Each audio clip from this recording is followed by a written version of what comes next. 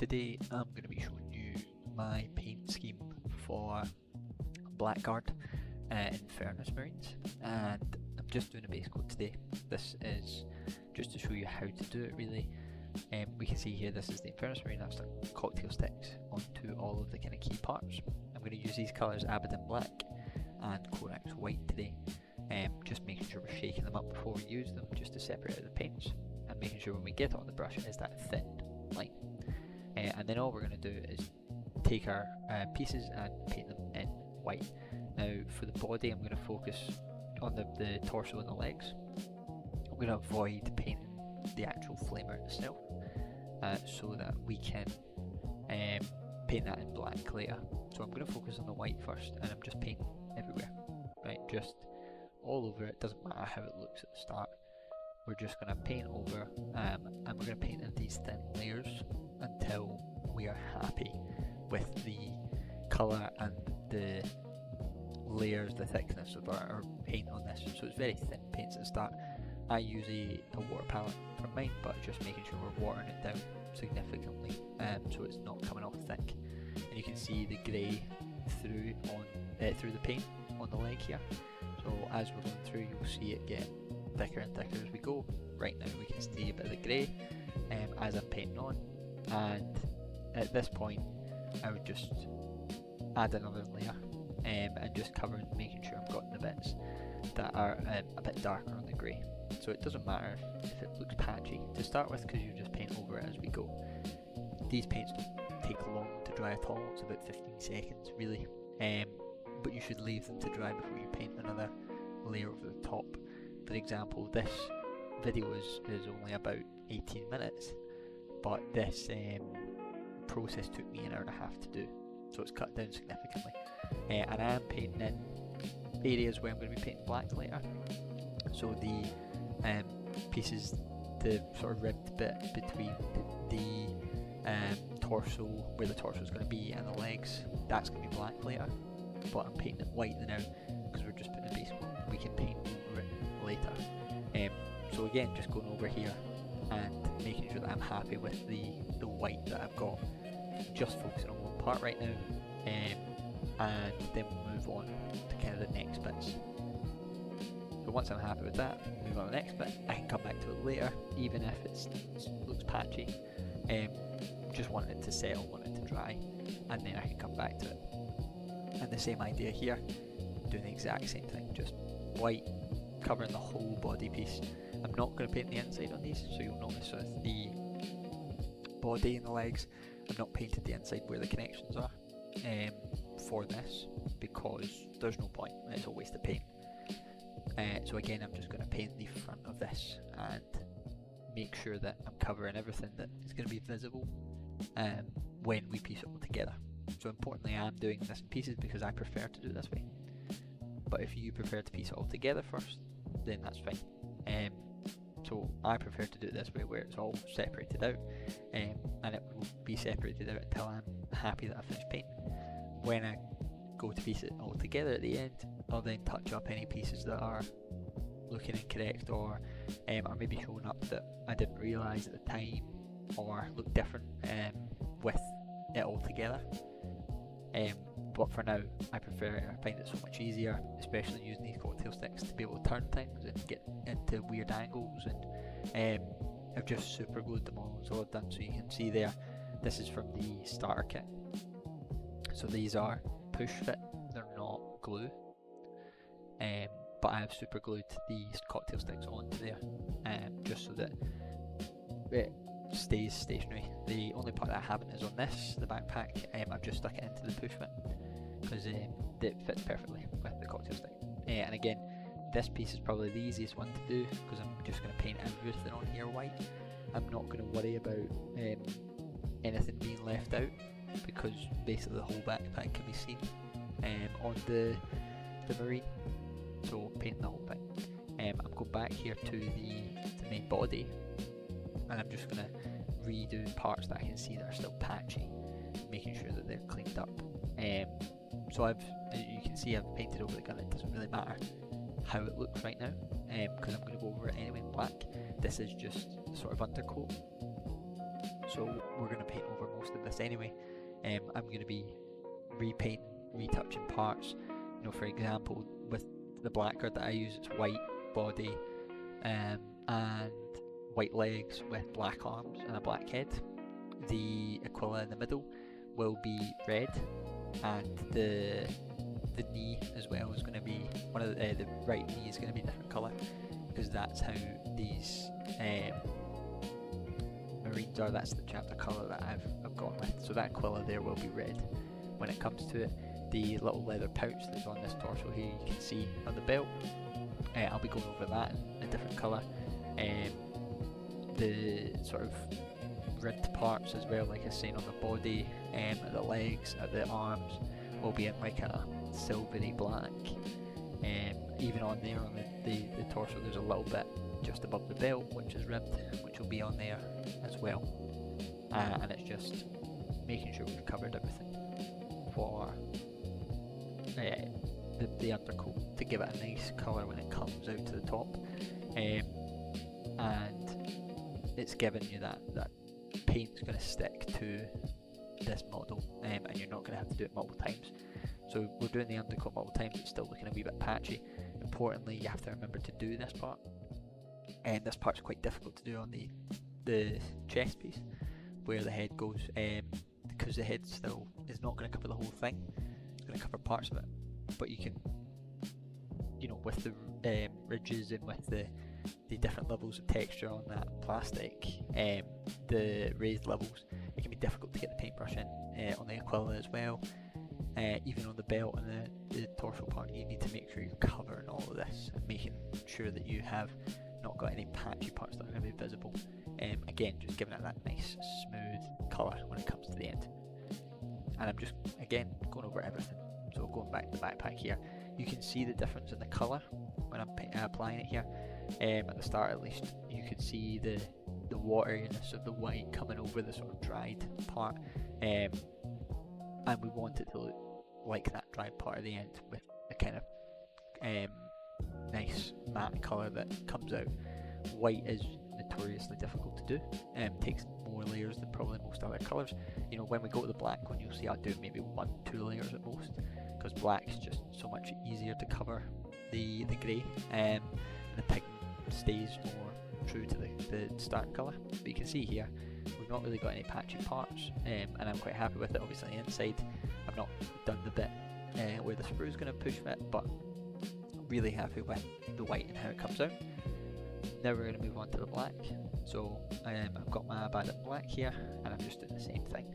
Right, you can see instantly that black comes in more thicker, comes in more darker. It's still using the same water palette, it's still watered down as much, but it comes in a nicer shade.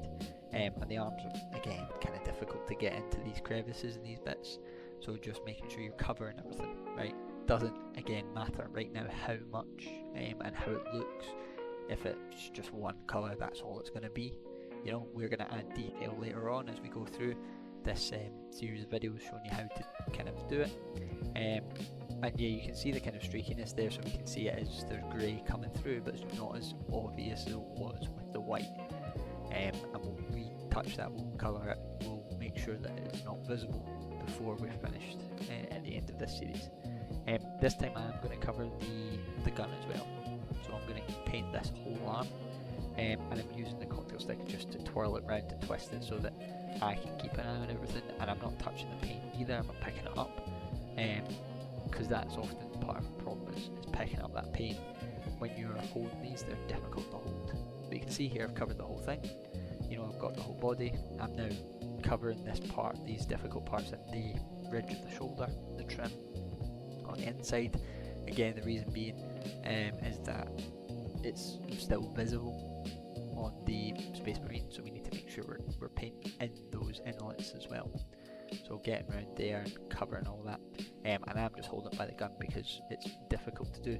Now I could have stuck the cocktail stick in that hole there for the push fit, it would have been perfectly acceptable, but I decided not to because of the angle that it was coming out at, and I would have preferred it to be at this angle here. And you can see there, just again, getting those bits of grey that we can still kind of see. I might have, or should have probably used a smaller brush at this point, just to make sure that I'm getting in there. But this is 1-2 layers at most, and we can see how good that looked. So moving on to the other arm. So this is a sergeant, an Infernus sergeant here.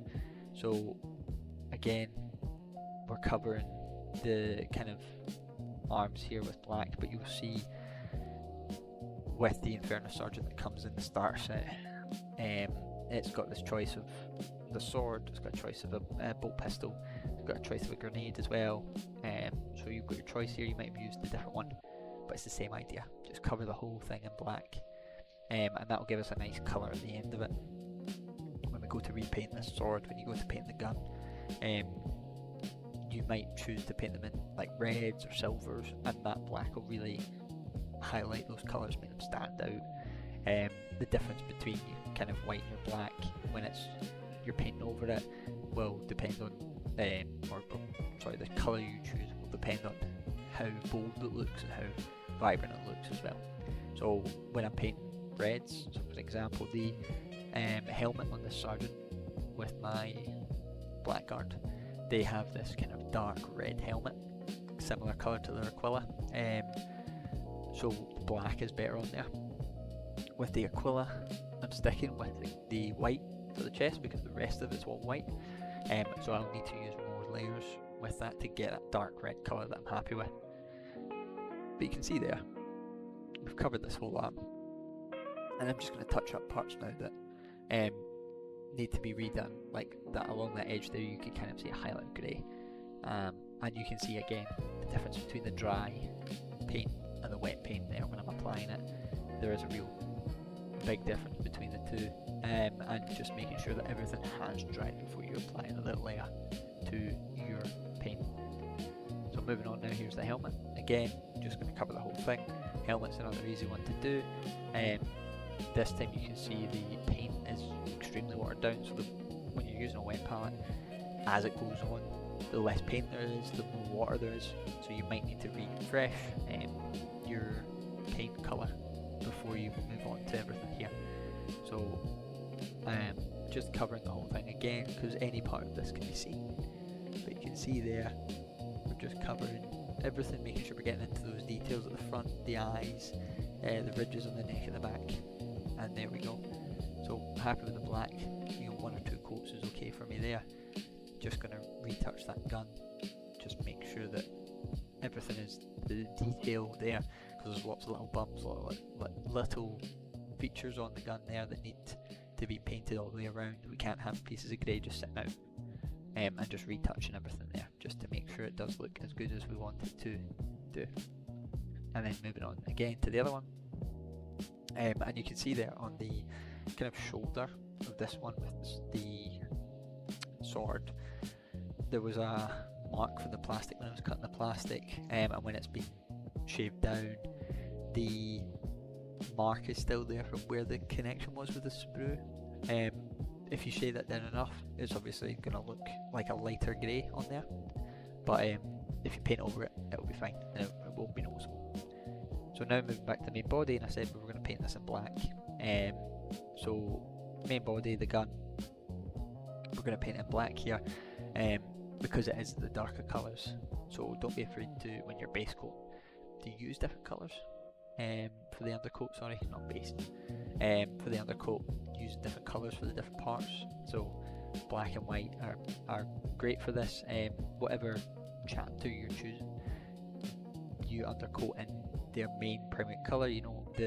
All the tutorials you watch for ultramarines, you use the blue to undercoat them, because it is the primary colour and it's the colour that's mainly featured on there. So I'm using, like I say, white and black because that's the main two that are featured on mine. At the end of this rifle, the gun, the bolt pistol, the sword, they will not be in black. They'll be in silvers, they'll be in whatever colours that I choose for this. But just having that base down is good. And make sure as well we're doing the strap here. So the strap I had painted in white originally, and I'm just going over it in black because it's going to be a sort of leathery colour. It's going to be a darker brown, so it needs to be a darker colour for the style. And it doesn't matter if I'm going over the parts that I've already painted in white.